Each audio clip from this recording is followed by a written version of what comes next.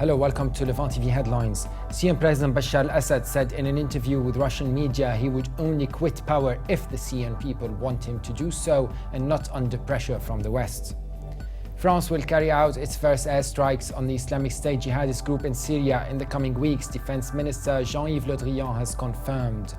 The UN's Mideast envoy has warned that clashes between Israelis and Palestinians in and around Jerusalem's holy sites have the potential to ignite violence well beyond the walls of its old city, pointing to a vicious tide of terror and extremism in the region. Delegates for Libya's internationally recognized government said it was recalling its team for UN-backed peace talks and amendments to a draft agreement meant to end their conflict. And 5 Turkish police officers have been killed in 2 bomb attacks by Kurdish militants in the country's southeast overnight. And now let's have a look at the top headlines in today's newspapers in the Middle East. Starting from Cairo, the Egypt Independent leads reporting that China is trying to sell 2 submarines to Egypt that are cheaper than vessels on offer from Germany, as Beijing looks to expand weapons exports beyond its traditional customer base in Asia. The paper also reports that Egyptian security forces killed 55 militants in Sinai on the 9th day of an operation against Islamists in the area. From Beirut, the Daily Star leads reporting that security forces detained at least 25 activists from crowds attempting to gain entrance to Beirut's Nijmi Square, where politicians launched the second round of national dialogue talks at the parliament.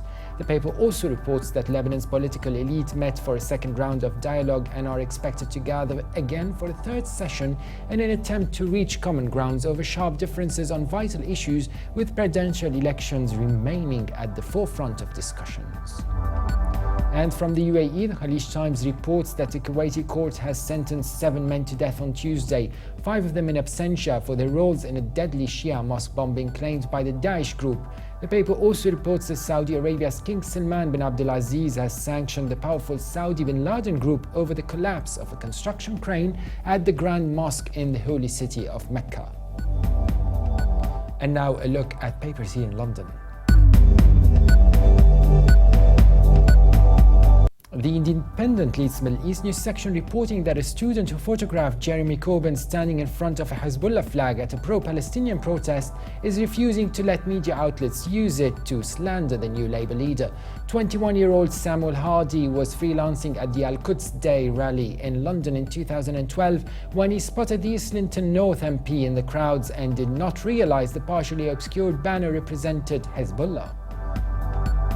And the Telegraph leads reporting that Saudi Arabia's King Salman has sanctioned the country's powerful bin Laden group for last Friday's crane collapse at Mecca's Grand Mosque, which killed more than 100 people days before the Hajj pilgrimage. The Saudi royal court announced it would offer 1 million Saudi riyals, which is £174,000 sterling, in compensation to those victims who were killed or permanently disabled in the accident. Other individuals who were injured would be given 500,000 Saudi riyals.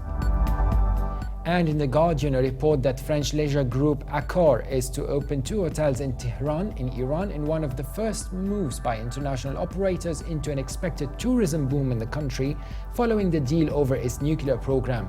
2 of Accor's best-known chains, Ibis and Novotel, are to open next month at Tehran's international airport as Iran scrambles to improve its infrastructure ahead of what one tour operator described as a big onslaught of foreign tourists. And now let's have a look at international papers. From Berlin, the Deutsche Welle reports that French Defense Minister Jean-Yves Le Drian says his country would send fighter jets to strike targets in Syria in the coming weeks. So far, France has only carried out surveillance flights, but that will change as soon as, quote, we have well-identified targets and we can carry out the strikes that we need to. And finally, China's Global Times reports that Yemen's exiled prime minister has returned to the country's southeastern port city of Aden as anti-Houthi forces are pushing towards the capital Sana'a. Prime Minister Khalid Behah returned along with 7 members of his cabinet and a team of top security officials.